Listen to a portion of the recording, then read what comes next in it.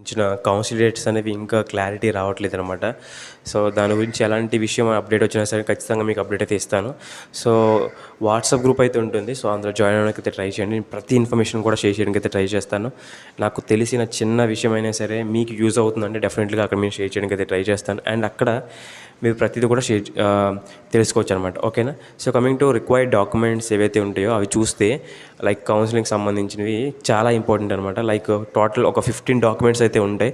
So అవి లేకపోతే maximum అందులో ఏ ఒకటి లేకపోయినా సరే మ్యాక్సిమం మీరు కౌన్సిలింగ్ టైంలో చాలా ఇబ్బంది పడాల్సి వస్తుంది. కాబట్టి సో నేను ప్రతిదీ కూడా ఒక ఫార్మేట్లా పెట్టి మీకు షేర్ చేస్తాను. ఒకసారి చూడడానికి అయితే ట్రై చేయండి. ఓకేనా. సో చూడొచ్చు documents required for TSC set counselling. First of all me hall ticket అనేది ఏదైతే ఉందో 2023ది, సో అది చాలా ఇంపార్టెంట్. అది మాత్రం తీసుకొని ఉంచుకోండి. And rank card. సో ఇవేంటంటే లైక్ మీరు ఏదైతే జిరాక్స్ తీసుకున్నారో ఆ జిరాక్స్తో పాటు ఓకేనా TSC CET rank card 2023 and అలాగే 10th క్లాస్ మార్క్ షీట్ అనమాట. ఓకేనా. 10th class mark sheet and ఇంకొకటి diploma or degree memo of marks. So like మీ ఫస్ట్ సెమ్ కానీ, థర్డ్ సెమ్ కానీ, ఫిఫ్త్ సెమ్ కానీ, ఫోర్త్ సెమ్ కానీ ఉంటాయి కదా. సో అవి ఉంటాయి కదా. సో అవి వాటి యొక్క మెమో ఆఫ్ మార్క్స్ అంటాం అనమాట. సో అవి చాలా ఇంపార్టెంట్, అవి ఉంచుకోండి. అండ్ ఇంకొకటి ఏంటంటే diploma or degree certificate.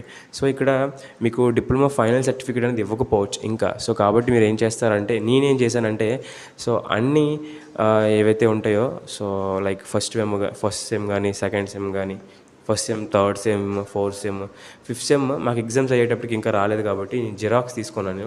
Original కాకుండా జిరాక్స్ లైక్ నాకు ప్రింట్అవుట్ ఉంటుంది కదా. సో ఆ ప్రింట్అవుట్ జిరాక్స్ తీసుకొని మొత్తం పీడిఎఫ్ చేసి ఒకే పీడిఎఫ్ ఫార్మేట్లో పెట్టేశాను అనమాట. ఓకేనా. సో అలానే చేయొచ్చు. అండ్ ఇంకొకటి ఆధార్ కార్డ్ అనేది మీకు చాలా అంటే చాలా ఇంపార్టెంట్.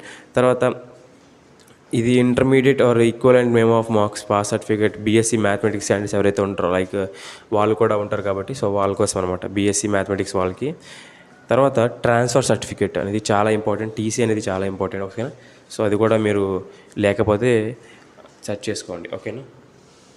ఇంకొకటి study certificate from 6th class to diploma అనమాట. సో మీ ఎవరైతే ఉంటారో స్టడీ సర్టిఫికేట్ అనేది మీ డిప్లొమా కాలేజీలో తీసుకుంటూ ఇస్తారనమాట. లైక్ మీరు ఏదైతే ఫీ ఉంటుందో ఆ ఫీ అనేది మొత్తం పే చేస్తే డెఫినెట్లీగా వీళ్ళు స్టడీ సర్టిఫికేట్ అనేది ఇచ్చేస్తారనమాట. ఓకేనా. తర్వాత 6th to diploma and 9th to BSc mathematics candidates ఎవరైతే ఉంటారో వాళ్ళకి 9th to డిగ్రీ అనమాట. ఓకేనా.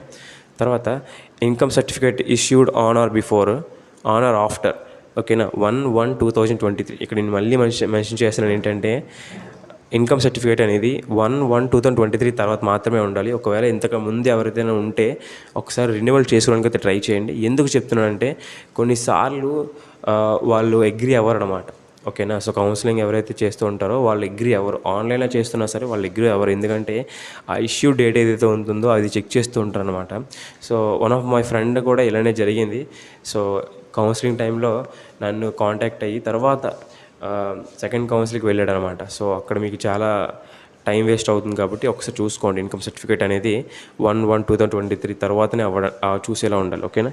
తర్వాత రెసిడెన్స్ సర్టిఫికేట్ చాలా ఇంపార్టెంట్. అండ్ ఇంకొకటి మైనారిటీ ఎవరైతే ఉంటారో సో వాళ్ళు ముస్లిమ్స్ ఉంటారు కదా. సో వాళ్ళకి మైనారిటీ స్టేటస్ సర్టిఫికేషన్ అనేది చాలా ఇంపార్టెంట్. ఒకవేళ మీ దగ్గర లేకపోతే మీ హెడ్ మాస్టర్ ఎవరైతే ఉంటారో 10th క్లాస్ వాళ్ళ దగ్గరికి వెళ్ళి మైనారిటీ సర్టిఫికేట్ ఇలా ఒకటి కావాలని చెప్పితే వాళ్ళే ఇస్తారనమాట. ఓకేనా.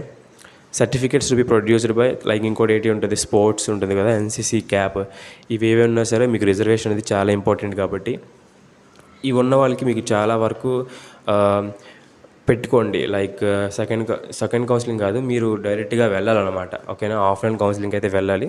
సో అక్కడ మీరు మొత్తం సెర్చ్ చేసుకున్నాక ఆఫ్లైన్లో వెళ్తే అక్కడ మీకు కౌన్సిలింగ్ అనేది అవుతుందన్నమాట. నియర్లీ ఒక 500 మెంబర్స్ to 1000 మెంబర్స్ అయితే వస్తారు. మొత్తం ఒక 28,000 మెంబర్స్లో. ఓకేనా. సో అంతమందిలో మీకు కౌన్సిలింగ్ అనేది జరుగుతుంది ఆఫ్లైన్గా. ఓకేనా. ఇంకొకటి మెయిన్గా మర్చిపోయాను, 11th one చూడండి, ఈడబ్ల్యూఎస్ ఇన్కమ్ సర్టిఫికేట్. ఇది చాలా ఇంపార్టెంట్. మీకు 5% ఆఫ్ రిజర్వేషన్ కలుస్తుంది అనమాట ఎవరైతే ఓసీ క్యాండిడేట్స్ ఉన్నారో.